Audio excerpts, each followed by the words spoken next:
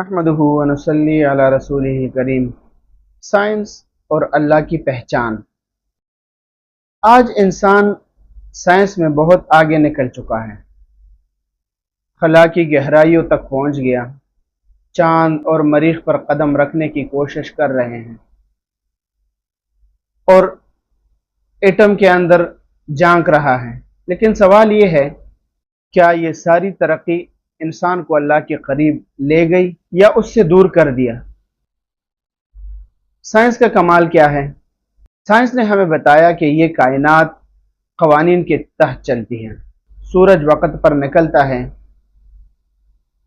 اور غروب ہو جاتا ہے، زمین اپنے مدار میں گھومتی ہے، پانی مخصوص اصولوں کے تحت بہتا ہے۔ سوال یہ ہے کہ یہ قوانین کس نے بنائے؟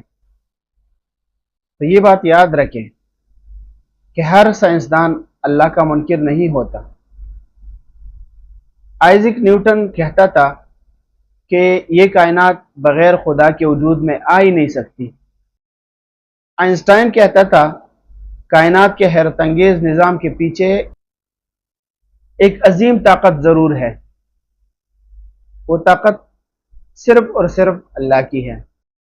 پھر سوال یہ پیدا ہوتا ہے کہ زیادہ تر مغربی لوگ اللہ تعالیٰ کو کیوں نہیں مانتے؟ ایک وجہ تو یہ ہے کہ ان کا مذہب بگڑ چکا ہے، بائبل میں ایسی باتیں ہیں جو عقل اور سائنس کے خلاف ہیں۔ دوسرا، ان کا تعلیمی نظام اللہ تعالیٰ کو الگ کر کے صرف مادہ پڑھاتا ہے۔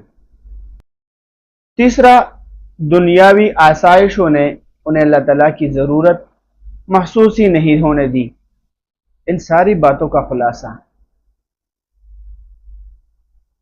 کہ اسلام وہ واحد دین ہے جو انسان کو سائنس کے ذریعے اللہ تعالیٰ تک پہنچاتا ہے۔ قرآن مجید کہتا ہے ان فی خلق السماوات والارض واختلاف اللیل والنہار لآیات لأولی الالباب۔ سورہ ال عمران کی آیات نمبر 190 ہیں، یعنی آسمان اور زمین کی تخلیق اور رات اور دن کی گردش، اس میں عقل والوں کے لیے نشانیاں ہیں۔ قرآن یہ کہتا ہے، اور یہی سائنس کا سب سے بڑا سبق ہے کہ کائنات حادثہ نہیں ہے بلکہ خالق کی نشانی ہے۔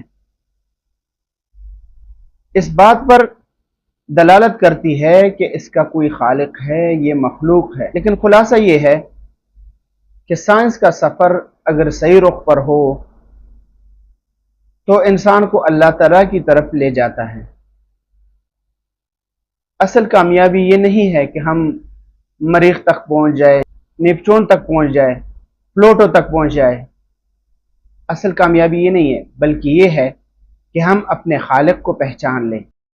ہمارا خالق کون ہے، کس نے ہمیں پیدا کیا، کون ہمیں پالتا ہے، اور اس کے احکامات کے مطابق زندگی گزارنے کی کوشش کریں۔ اصل کامیابی یہ ہے، کیونکہ جس دن موت آئے گی، اور موت برحق ہے، کوئی بھی انکار نہیں کر سکتا، اس دن نہ سائنس کام آئے گی نہ ٹیکنالوجی، صرف ایمان اور اعمال، نیک اعمال کام آئیں گے۔ یہ سب کو پتہ ہے۔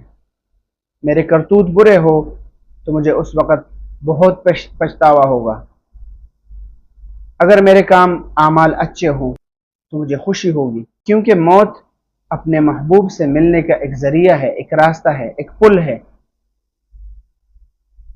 والموت جسر لہم الی الحبیب، یہ موت ایک پل ہے اپنے حبیب سے ملنے کے لیے۔ اور ہمارا حبیب کون ہے، محبوب کون ہے؟ ہمارا محبوب اللہ تعالیٰ ہے۔ اصل مقصد دنیا میں آنے کا اللہ تعالیٰ کی رضا کو حاصل کرنا ہے۔ اب سوچو، کیا تم نے اپنے رب کو پہچانا؟ اگر پہچانا ہے تو اس کی طرف کیوں نہیں آتے؟ اگر نہیں پہچانا تو اس کے پہچاننے کی کوشش کیوں نہیں کرتے ہم؟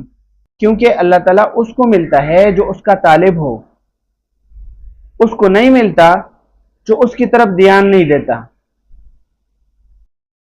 اللہ ہمیں صحیح معنوں میں سیدھے راستے پر چلنے کی توفیق عطا فرمائے۔ وما علینا الا البلاغ۔